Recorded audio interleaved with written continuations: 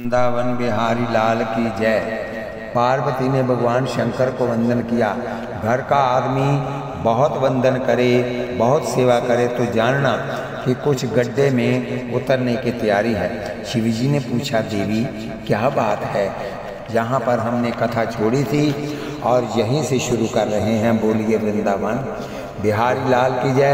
आप भाग्यशाली हैं कि घर बैठे श्री राम जी की कथा सुन रहे हैं।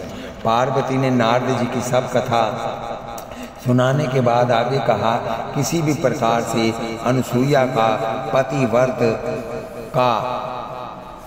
पतिव्रत का धर्म भंग हो ऐसा करो। शिवजी ने कहा, देवी इसमें कल्याण नहीं होगा। परंतु पार्वती ने बहुत हठ किया। तब शिवजी ने कहा, यदि तुम्हारी बहुत इच्छा है तो प्रयत्न करूँगा। इधर नारद जी कैलाश से निकलकर बैकुंठ को गए।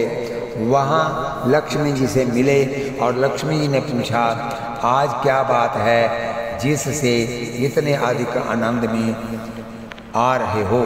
नारद जी ने ठस्क से कहा, बैकुंठ की महिमा पहले थी, परंतु इस समय तो अनुसूया का आश्रम छोड़कर दूसरे स्थान पर कहीं जाने की इच्छा होती नहीं। मैं वहीं से आया हूँ, इसलिए बहुत आनंद में हूँ। लक्ष्मी जी को आश्चर्य हुआ, अनुसूया कौन है ऐसा पूछा। नारद जी ने कहा, अरे अनुसूया को कौन नहीं पहचानता? वह तो महान पतिव्रता है, ना भूतो ना भविष्यति। लक्ष्मी ने विष्णु जी से कहा, आप ऐसा कुछ कीजिए कि जिससे अनुसूया के पतिव्रत का धर्म भंग हो। नारद जी वहाँ से ब्राह्मणी जी के पास गए। उनकी बात सुनकर ब्राह्मणी जी को भी ईर्ष्या हुई। उन्होंने ब्रह्मा जी से विनती की, पार्वती जी अर्थात बुद्धि अर्थात विद्या में मत्सर, लक्ष्मी जी अर्थात दव्या में मत्सर, ब्राह्मणी जी अर्थात रजोगुण में मत्सर।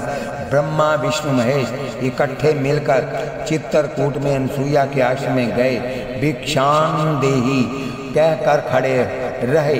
अनुसूया भिक्षा देने लगी। उस समय देवों ने कहा, तुम नग्न होकर भिक्षा दो तो हम लेंगे। बोलिए वृंदावन बिहारी लाल की जय। अनुसूया विचार में पड़ी कि नग्न होकर भिक्षा दूं तो मेरा पतिव्रत धर्म भंग होगा, भिक्षा ना दूं तो द्वार पर आए अतिथि वापस जाते हैं, दोनों प्रकार से पाप लगता है। प्रभु नग्न होकर भिक्षा देने की मांग करते हैं, इसका अर्थ है कि वैष्णव मुझको वासना रहित होकर भिक्षा दें। ईश्वर को सब वस्तु वासना रहित होकर निष्काम भाव होकर अर्पण करनी होती है। अनुसूया के मन में कोई वासना नहीं थी। मन में जो सूक्ष्म वासना भी रही होती तो ये तीनों देवता आते ही नहीं। अनुसूया ने ध्यान किया और तीनों देवताओं के ऊपर जल छिड़का, उससे तीनों ही बालक बन गए। पतिव्रत में ऐसी शक्ति है, बहुत समय होने पर देवता वापस नहीं लौटे। तब पार्वती जी, लक्ष्मी जी और ब्राह्मणी जी अपने पति देवों को ढूंढने निकली। तीनों नारद जी से मिली। देवियों ने नारद जी से पूछा कि तुमको कुछ खबर है कि हमारे पति देव कहाँ हैं? नारद जी ने कहा, पहले ये बताओ कि कौन बड़ा है, तुम की अनुसूया? देवियों ने स्वीकार किया कि अनुसूया बड़ी है। पीछे नारद जी ने कहा, मैंने सुना है कि तुम्हारे पति देव बालक बने हुए हैं और अनुसूया के घर में हैं। देवियाँ घबराने लगी कि वहाँ जाएं और कदाचित अनुसूया जी शाप दे दें तो। नारद जी ने कहा, तुम भले ही मत्सर करो, परंतु अनुसूया की जी मत्सर करने वाली नहीं। अनुसूया जी तुम्हारे प्रति सद्भाव रखेगी।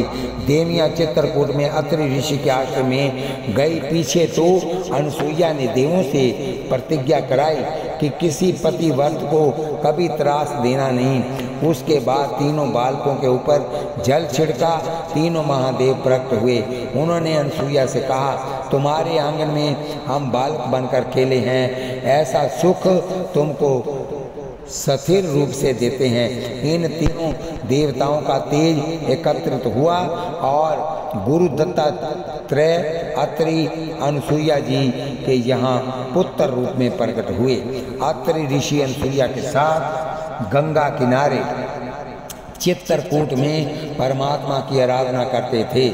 वही श्री सीताराम जी लक्ष्मण के साथ पधारे। परमानंद हुआ। अत्रि ऋषि उसका उठकर खड़े हुए। उन्होंने श्री राम लक्ष्मण जानकी जी का स्वागत किया, कंद मूल फल अर्पण किए। फिर अत्यंत प्रसन्नता से ऋषि ने रामचंद्र जी से कहा, आज मेरी तपस्याचार्या सफल हुई। तुम्हारे दर्शन से ही आँख सफल होती है। श्री राम दर्शन बिना आँख सफल होती नहीं। आँख जगत को देखने के लिए नहीं, आँख श्री राम दर्शन करने के लिए है। आपने मेरे ऊपर बहुत कृपा की। आज तक तो मैं अंदर आपके दर्शन करता था, परंतु आज तो मैं आपको प्रत्यक्ष बाहर देख रहा हूँ। ज्ञान मार्ग में भगवान चर्म चक्षुओं से दिखते नहीं।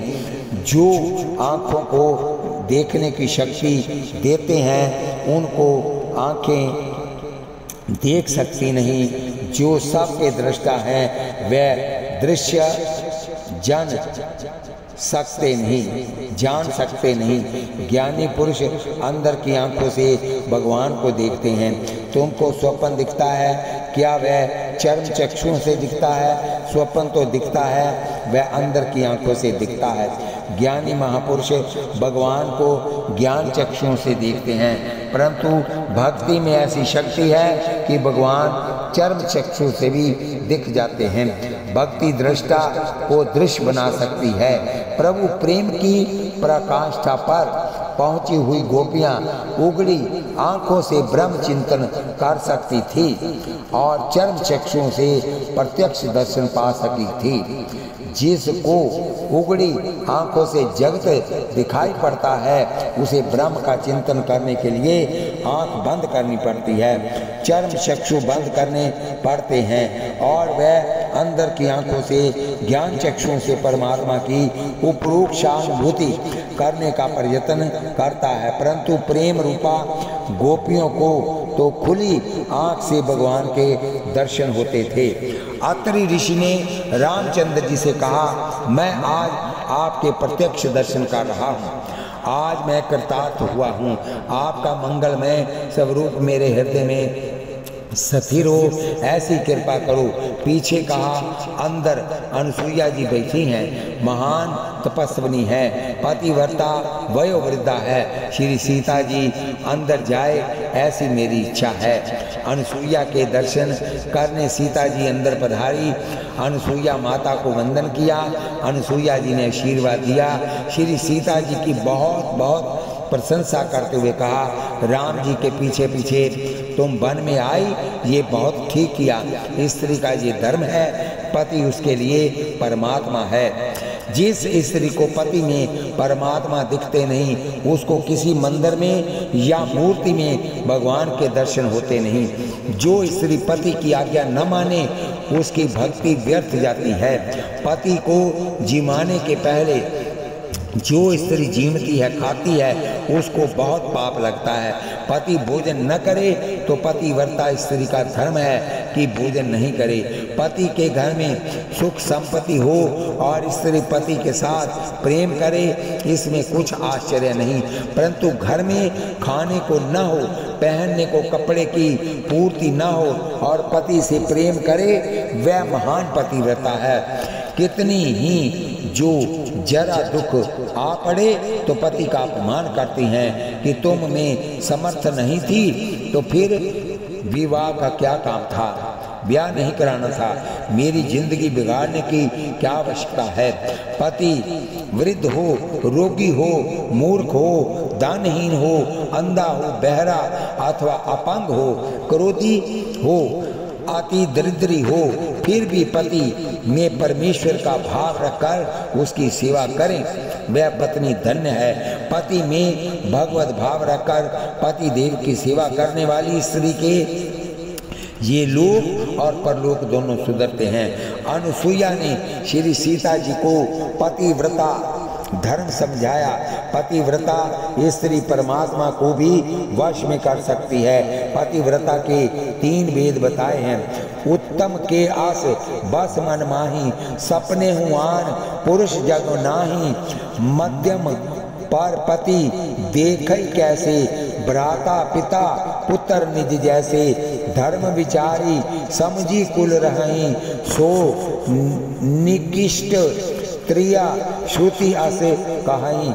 उत्तम पतिव्रता स्त्री वह है जो स्वप्न में भी किसी पुरुष का विचार नहीं करती। मध्यम पतिव्रता स्त्री पर पुरुष को पिता, भाई अथवा पुत्र के समान देखती है। तीसरे प्रकार की जो निष्कृत पतिव्रता स्त्री है वह स्वयं के धर्म और कुल की मर्यादा को समझकर पति निष्ठ रहती है। पीछे तो अनसुईया ने सीता जी को दिव्य कुंडल दिए और 2 दिव्य वस्त्र दिए। ये ऐसे दिव्य वस्त्र थे कि जो किसी दिन भी नहीं बिगड़ते, स्नान करने पर भी गीले नहीं होते। भविष्य के लिए ही ये तैयारी थी। पीछे जब सीता जी लंका में अशोक वन में थी तब ये शस्त्र वस्त्र इनको बहुत उपयोगी सिद्ध हुए। दिव्य वस्त्र और दिव्य अंग राग अनुसुईया ने श्री सीता जी को अर्पण किए। भागवत में चीर हरण के प्रसंग में भगवान ने भी गोपियों को दिव्य वस्त्र दिए हैं। सखियों के साथ गोपियां जल में खेलती हैं तब भी वस्त्र नहीं भीगते। सगे संबंधियों के साथ संसार में रहती हैं परंतु संसार में लिप्त होती नहीं। लौकिक वासना रूपी वस्त्र का हरण करके परमात्मा ने अलौकिक वासना का दान किया है। प्रभु में पूर्ण आसक्ति ही अलौकिक वासना है। अनुसुईया ने सीता जी को अनेक आशीर्वाद दिए। जानकी तुम पतिव्रता का पालन करती हुई सदा श्री राम जी की छाया बनकर रहना। रघुनाथ जी तुम्हारे साथ कुशल क्षेम से घर वापस पधारेंगे, ऐसा मेरे अंतर का आशीर्वाद है। श्री रामचंद्र जी ने अत्रि ऋषि से कहा कि महाराज हमको रास्ता बताओ, मार्गदर्शन देने वाले कोई ऋषि कुमार हमको साथ दो। तब अत्रि ऋषि ने हंसकर जवाब दिया कि जगत को मार्गदर्शन आप कराते हैं, तुमको कौन मार्गदर्शन करा सकता है। ऋषि ने 4 शिष्यों को आज्ञा की। ये शिष्य अत्रि ऋषि के सेवक थे। वे रघुनाथ जी को रास्ता बताने के लिए साथ में चले। रास्ते में विराट नाम का एक राक्षस आया। उस राक्षस का प्रभु ने वध किया। विराट का उद्धार हुआ। पूर्ण जन्म में वह एक विद्याधर था और दुर्वासा ऋषि के शाप से राक्षस हुआ था। राम जी के द्वारा उद्धार होते समय विद्याधर ने राम जी की सुंदर स्तुति की। बोलिए वृंदावन बिहारी लाल की जय, बोलिए जुगल सरकार की जय। आगे सुनिए कथा। आपके चरणारविंद का स्मरण संसार बंधन को दूर करता है। आप मेरे ऊपर कृपा करो। आपसे आपके चरणारविंद का मुझको निरंतर स्मरण रहे। मेरी वाणी सदा सर्वदा आपका नाम संकीर्तन करती रहे। मेरे कान हमेशा आपकी कथा रूपी अमृत का पान करते रहें। मेरे हाथ आपके चरण कमलों की पूजा करते रहें और मेरा मस्तक सदा आपके चरण कमलों में प्रणाम करता रहे। बोलिए वृंदावन बिहारी लाल की जय। विराट का उद्धार करके प्रभु शरभंग ऋषि के आश्रम में पधारे। शरभंग ऋषि को बहुत आनंद हुआ। शरभंग ऋषि विचारने लगे, मैं अनन्य भाव से भगवान श्री राम जी की नित्य स्मरण करता था और इसीलिए आज दयालु परमात्मा मेरे आंगन में पधारे हैं। ऋषि ने श्री राम लक्ष्मण जानकी जी का स्वागत किया। प्रभु की प्रार्थना करते हुए सीता अनुज समेत प्रभु नील जलद तनु श्याम मम हिये बसु निरंतर सगन रूप श्री राम। शरभंग ऋषि ने परमात्मा के दर्शन और स्तुति करते करते 5 भौतिक देह का त्याग किया और ब्रह्मलोक में चले गए। वहां से श्री राम लक्ष्मण जानकी सुतीक्ष्ण ऋषि के आश्रम में पधारे। सुतीक्ष्ण ऋषि ने दिव्य तपस्याचार्य का आदर्श बताया। सुतीक्ष्ण ऋषि अगस्त महर्षि के अनन्य सेवक थे, शिष्य थे। श्री राम नाम का सतत जप करते थे। जिनकी बुद्धि तीक्ष्ण होती है उसको भगवान दर्शन देने के लिए घर आते हैं। ये बुद्धि जब तक शरीर का चिंतन करती है, शरीर सुख का विचार करती है, तब तक वह स्थूल है। तीक्ष्ण बुद्धि उसकी है जो किसी भी दिन इस स्थूल शरीर का चिंतन नहीं करता। बुद्धि से काम हटे, बुद्धि निष्काम बने, तब ये सुतीक्ष्ण बनती है, सूक्ष्म बनती है और तब वह परमात्मा को खींच कर लाती है। सूक्ष्म बुद्धि से ही परमात्मा का अनुभव होता है, सकाम बुद्धि से प्रभु का अनुभव नहीं होता। महापुरुष निष्काम बुद्धि से परमात्मा का साक्षात्कार करते हैं। अरे सूर्य का प्रकाश सर्वत्र होता है, परंतु सूर्य के प्रकाश में से अग्नि किसी ठिकाने उत्पन्न नहीं हो सकती, परंतु ये प्रकाश सूर्य कांति मणि द्वारा कपास के ऊपर पड़े तो वह अग्नि को जिस प्रकार प्रकट करता है, उसी प्रकार सर्वव्यापक परमात्मा निष्काम बुद्धि द्वारा प्रकट होते हैं। सुतीक्ष्ण ऋषि परमात्मा का सतत ध्यान करते थे। इनकी भक्ति अलौकिक थी। अविरल प्रेम भक्ति मुनि पाई प्रभु को पधारे हुए देखकर सुतीक्ष्ण ऋषि को अतिशय आनंद हुआ। प्रभु का स्वागत किया, सुंदर स्तुति करते हुए कहा, बोलिए वृंदावन बिहारी लाल की जय। हे सीतापते, हे अनंत गुण परमात्मा, मैं नित्य निरंतर आपका ही जप करता हूँ। हे श्री राम, शिव और ब्रह्मा आपके चरणों के आश्रित हैं। आपके चरण संसार सागर पार करने के लिए नाव है। हे नाथ, मैं तो आपके दासों का भी दास हूँ। महाराज अपने ऊपर मेरे ऊपर महाराज आपने मेरे ऊपर बहुत कृपा की। मैं तो माया मोह से गिरा हुआ हूँ, इस संसार रूपी अंधेरे कुएं में पड़ा हूँ, माल मूत्र से भरे हुए इस शरीर के मोह में फंसा हुआ हूँ। परंतु मेरी इस करुण दशा में से मुझको उबारने के लिए आपने आज मेरे ऊपर कृपा की और आप इंद्रियों का विषय ना होने पर भी आज मुझको दर्शन देने यहीं पधारे हो। हे राम, कितने ही लोग कहते हैं कि आप देश काल की उपाधि से रहित हो, आप रूप हो, चेत घन प्रकाश रूप हो, परंतु मेरे हृदय में जो आज आपने जिस सब रूप में यहाँ मुझको प्रत्यक्ष दर्शन दिए हैं, वह ही आपका स्वरूप सदा सर्वदा अंकित होकर रहे। आज से अन्य किसी स्वरूप की मुझको इच्छा नहीं हो। महाराज, थोड़ी अधिक कृपा करो, थोड़े दिन आप यहीं पर विराजो। अति आनंद हुआ। सुतीक्ष्ण ऋषि के आश्रम में श्री रघुनाथ जी विराजने लगे। सुतीक्ष्ण ऋषि समझ गए थे कि प्रभु यहाँ से अगस्त ऋषि के आश्रम में पधारने वाले हैं। सुतीक्ष्ण ऋषि विचारने लगे कि अगस्त जी मेरे गुरु हैं, मुझे उनको गुरु दक्षिणा देनी है। रामायण अनेक हैं, अनेक रामायण में अनेक कथा आती है। एक रामायण में कथा आती है कि सुतीक्ष्ण जी ने अगस्त ऋषि के आश्रम में रहकर वेद शास्त्रों का अध्ययन किया था, विद्या परिपूर्ण हुए। पीछे इन्होंने अगस्त ऋषि से कहा, महाराज आप कुछ दक्षिणा मांगो। तब अगस्त ऋषि ने कहा, बेटा दक्षिणा लेने की इच्छा से मैंने तुमको विद्या नहीं दी। मेरे आश्रम में अनेकानेक झाड़ हैं जो मुझको फल देते हैं, पास में सरता वह निर्मल शीतल जल देती है। मुझको संतोष है, मेरी कोई इच्छा नहीं, मुझे कुछ नहीं लेना।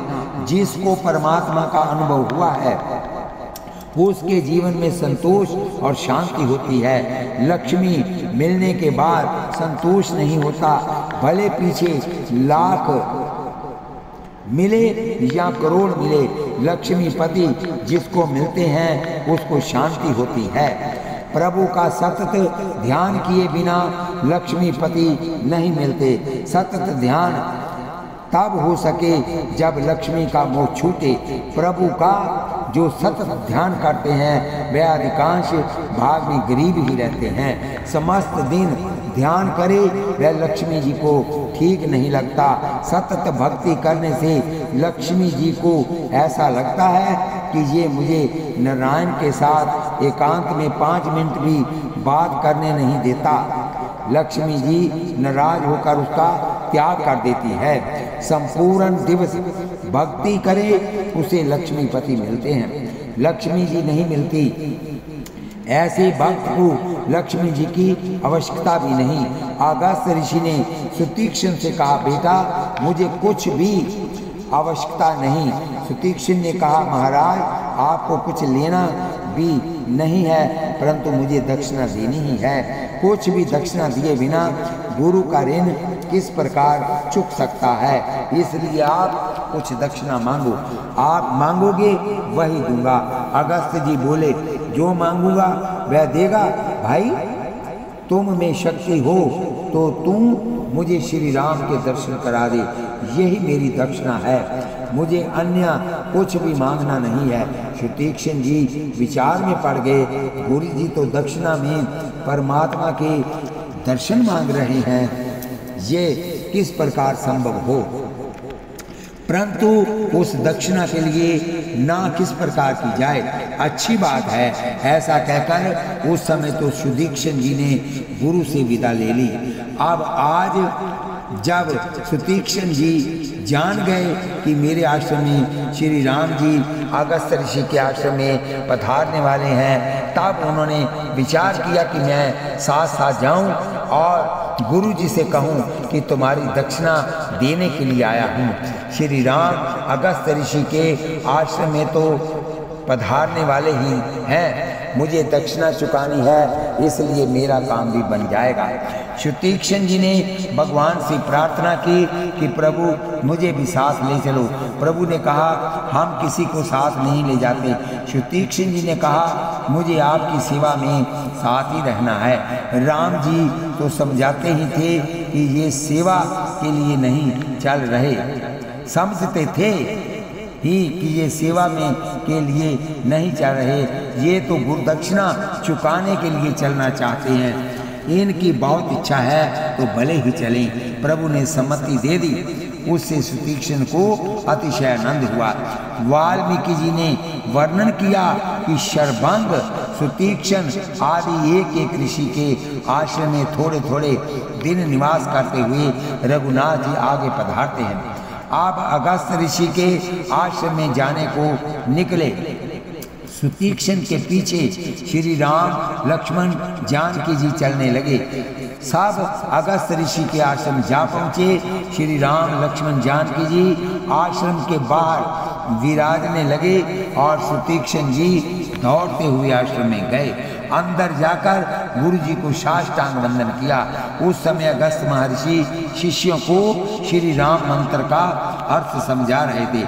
र ये अग्नि का बीज है, अकार ये सूर्य का बीज है, म कार ये चंद्र का बीज है। अग्नि जलाने का काम करती है, इसलिए श्री राम नाम में र का सतत अनुसंधान रखने वाले के पाप भस्म होते हैं। सूर्य नारायण अर्थात अकार बुद्धि को शुद्ध करते हैं और चंद्र मकार शीतलता देते हैं, शांति देते हैं, आनंद देते हैं। ओमकार की जो महिमा है, ओमकार में जो दिव्य शक्ति है, वही महिमा वही दिव्य शक्ति राम नाम में है। सुतीक्ष्ण जी ने साष्टांग वंदन करके कहा, गुरु जी आप जिन राम के मंत्र का अर्थ शिष्यों को समझा रहे हो, आपने जो गुरु दक्षिणा मुझसे मांगी थी, उन श्री राम जी को प्रत्यक्ष यहीं ले आया हूँ। गुरु जी आपने तो गुरु दक्षिणा में केवल राम जी के दर्शन कराने को कहा था, परंतु घने वर्ष हो गए मैं दक्षिणा चुका नहीं सका था और उसका ब्याज बढ़ गया था। इसलिए आज श्री सीता जी और श्री लक्ष्मण जी को भी साथ ले आया हूँ। आपने श्री सीता राम जी के दर्शन की दक्षिणा तो मांगी नहीं थी, आपने तो श्री राम दर्शन की ही मांग की थी। मैं आपको श्री सीताराम जी के दर्शन कराता हूँ, साथ में लक्ष्मण जी के भी दर्शन कराता हूँ। आज आपका ऋण ब्याज के सहित चुक गया। अगस्त जी ने सुना कि श्री राम लक्ष्मण जानकी जी पधारे हैं तो उनको अतिशय आनंद हुआ। दौड़ते हुए बाहर आए। रघुनाथ जी, लक्ष्मण जी और जानकी जी ने वंदन किया। ऋषि ने आशीर्वाद दिया, सबको आश्रम में ले गए। अगस्त जी ने श्री रामचंद्र जी से कहा, तुम्हारी कृपा जिस जीव के ऊपर होती है वही तुमको जान सकता है, और जिसे तुम्हारा बराबर ज्ञान हो गया, जो तुमको बराबर जानता है, वह फिर एक क्षण भी तुमसे अलग रह सकता नहीं। सोई जाने जेहि देहु जनाई, जानत तुम ही होई जाए। परमात्मा की कृपा के बिना प्रभु का ज्ञान होता नहीं, परंतु एक बार जो परमात्मा को बराबर जान ले, अनुभव कर ले, वह भगवान से अलग होता नहीं। परमात्मा के स्वरूप का ज्ञान अद्वैत भाव से भरा हुआ है। परमात्मा का ज्ञान हो जाए तो ज्ञाता और श्रेय एक बन जाते हैं। सेवा समन करने से तन्मयता होती है, ईश्वर का अप्रोक्ष साक्षात्कार होता है और उससे वह जीव ईश्वर में मिल जाता है। श्रुति वर्णन करती है कि उस समय मैं तू रहता नहीं, वृत्ति ब्रह्मकार बन जाती है। इसमें ईश्वर को देखने वाला स्वयं ईश्वर बन जाता है। ज्ञान मार्ग में वेद का निषेध किया गया है। ज्ञानी पुरुष ऐसा मानते हैं कि एक की ही सत्ता सर्वत्र है, जो वेद वास्ता है वह माया के कारण वास्ता है। भक्ति मार्ग में भक्ति से वेद का नाश करने में आता है। अतिशय भक्ति बढ़ती है, उस समय भक्त और भगवान दोनों मिलकर एक हो जाते हैं। भक्ति वेद का विनाश करती है, ज्ञान वेद का निषेध करता है। भक्ति में आरंभ में वेद है, परंतु पीछे भक्ति द्वारा वेद का विनाश होता है। भक्त और भगवान एक बन जाते हैं।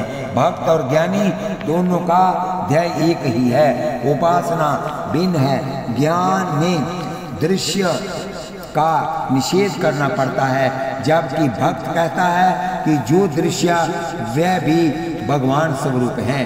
ज्ञान मार्ग में दृष्टा की उपासना है, भक्ति मार्ग में दृश्य की उपासना है। ज्ञानी जगत को असत्य मानता है, भगवत जन जगत को सत्य मानते हैं। वैष्णव अनेक में एक वस्तु को देखते हैं। अनेक में एक वस्तु देखना ही भक्ति है, एक में अनेक देखना ही ज्ञान है। ज्ञान मार्ग में और भक्ति मार्ग में शब्द में थोड़ा फर्क है, थोड़ा भेद है, परंतु तत्व में भेद नहीं। दोनों की निष्ठा एक ही है, परंतु मार्ग अलग अलग है। दोनों का लक्ष्य एक ही है, साधन अलग अलग हैं। वेदांत का विवर्तवाद है और वैष्णव का परिणामवाद है। वेदांती विकृत ब्रह्मा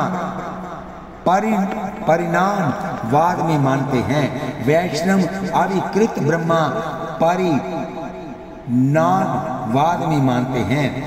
विवर्तवाद कहता है दूध का दही होता है, परंतु दही दूध नहीं। वैष्णव कहते हैं कि जगत का ईश्वर में से जो परिणाम हुआ है वह दूध में से दही की तरह नहीं, परंतु सोने की शलाक में से स्वर्ण का आभूषण बनता है, उस प्रकार से है। सोने की शलाक थी तब भी वह स्वर्ण था और उसका आभूषण बन गया तब भी स्वर्ण ही रहा। जगत गुरु शंकराचार्य स्वामी कहते हैं कि ब्रह्म सत्य है, जगत मिथ्या है। असत्य है, मृगछाल जैसा है। अधिष्ठाता ब्रह्म सत्य होने से ये जगत सत्य स्वरूप वास्ता है। वास्तविक रीति से ईश्वर एक ही है, एक ही परमात्मा अनेक स्वरूप धारण करते हैं, परंतु वह स्वरूप सत्य नहीं। अविद्या से जगत सत्य रूप वास्ता है। श्री महाप्रभु जी कहते हैं कि जगत ब्रह्म का परिणाम है और इसी से सत्य है। ब्रह्म निर्विकार रहकर भी ब्रह्म का परिणाम कर सकता है। ये जो कुछ दिखता है वह ईश्वर का परिणाम है। ब्रह्मा ही अनेक स्वरूपों में परिणमित होता है। ब्रह्म सत्य है और ब्रह्मा के स्वरूप भी सत्य हैं। ज्ञानी परमहंस जगत को मिथ्या रूप में देखते हैं। भगवत परमहंस जगत को श्री सीताराम स्वरूप में सिया राम में देखते हैं। ज्ञानी पुरुष जगत को मिथ्या मानकर जगत के पदार्थों के साथ प्रेम नहीं करते, केवल ईश्वर के साथ प्रेम करते हैं। तब वैष्णव जगत को ब्रह्म रूप मानकर जगत के प्रत्येक पदार्थ को ब्रह्म रूप में निहारते हैं और उनके साथ प्रेम करते हैं। बोलिए वृंदावन बिहारी लाल की जय। ज्ञानी की नज़र स्त्री के ऊपर पड़ेगी तो वह मानेगा कि ये हाड़ चाम की पुतली है, माल मूत्र से भरी हुई है, इसमें क्या सार है। ऐसा मानकर ज्ञानी स्वयं की दृष्टि वहाँ से हटा लेगा। ज्ञानी स्त्री का तिरस्कार करेगा, वैष्णव स्त्री को सद्भाव से देखेगा। वैष्णव की नज़र किसी स्त्री के ऊपर पड़ेगी तो उसको ऐसा लगता है कि ये साक्षात लक्ष्मी है और ऐसा मानकर उनको नमन करेगा। अगस्त महर्षि ज्ञानी भक्त थे। श्री राम जी ने वहाँ अस्थि का भारी समूह देखा, अस्थि का भारी समूह देखा। उनको आश्चर्य हुआ। उन्होंने ऋषियों से पूछा कि ये क्या है। तब ऋषियों ने कहा, राक्षस ऋषियों को मार डालते हैं, ये हाड़ सब ऋषियों के हैं। ये देखकर और सुनकर मालिक की आंखें भीनी हो गई। श्री रामचंद्र जी हाथ ऊंचे करके प्रतिज्ञा करते हुए बोले कि मैं सब राक्षसों का विनाश करूंगा। इन राक्षसों ने ऋषियों को मारा है। अगस्त जी ने कहा, पास में गोदावरी के किनारे पंचवटी है, इस पंचवटी में आप निवास करो। खारदूषण, त्रिशरा इत्यादि अनेक राक्षसों का भी वहाँ निवास है। आप इन सब राक्षसों का विनाश करो, पंचवटी में आपका अवतार कार्य सिद्ध होगा। बोलिए वृंदावन बिहारी लाल की जय। श्री राम लक्ष्मण जानकी जी गोदावरी गंगा के किनारे आए। गोदावरी में श्री राम जी ने स्नान किया। इस स्थल को लोग राम कुंड कहते हैं। प्रभु ने पंचवटी में मुकाम किया। गोदावरी के तट पर आश्रम बनाया। पंचवटी अर्थात पांच प्राण, पांच प्राणों में परमात्मा विराजते हैं। एक बार श्री सीताराम जी विराजे हुए थे। उस समय इंद्र का पुत्र जयंत कौवे का स्वरूप धारण करके आया। माता जी के चरणों में चोंच मारने लगा। श्री राम जी की सेवा में होने से माता जी कुछ नहीं बोली। जयंत ने चरणों के ऊपर प्रहार चालू रखा। चरण में से रुद्र निकलने लगा। राम जी सचेत हुए। रुद्र देखा, आश्चर्य हुआ कि ये कौन है, मेरा अपराध कर रहा है। श्री रघुनाथ जी ने उसे सजा देने के लिए अस्त्र छोड़ दिया।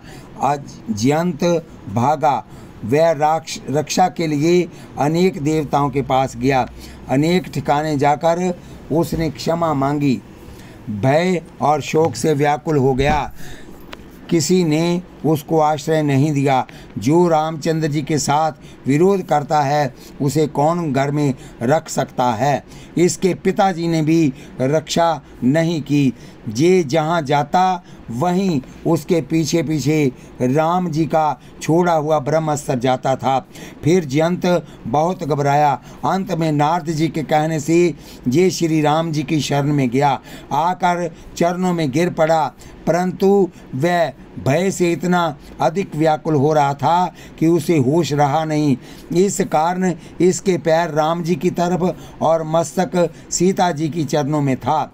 जयंत ने अपराध तो श्री सीता जी का किया था, फिर भी माता जी को इसके ऊपर दया आ गई। इससे उन्होंने मस्तक उठाकर राम जी के चरणों में रख दिया। बोलिए वृंदावन बिहारी लाल की जय। इस कथा को हम यहीं पर विश्राम देते हैं। आगे फिर कथा होगी। आप जब कथा सुने, आधे घंटे की कथा होती है। आप हाथ में माला लेकर जीभा से नाम जपिए और कानों से कथा सुनिए। एक पंथ दो काज, कथा सुनते वक्त आप इसको आशीर्वाद के रूप में सब्सक्राइब, लाइक, शेयर करें, ताकि ये कथा जहाँ तक जाएगी, जो लोग सुनेंगे उसका आधा फल आपको भी मिलेगा। बोलिए वृंदावन बिहारी लाल की जय, बोलिए जुगल सरकार की जय। कथा सुनते वक्त आप भगवान का चित्रपट भी आगे रखिए, आंखों से भगवान के भी दर्शन करते जाइए और नाम भी जपते जाइए, वही छवि आपके हृदय में छप जाएगी।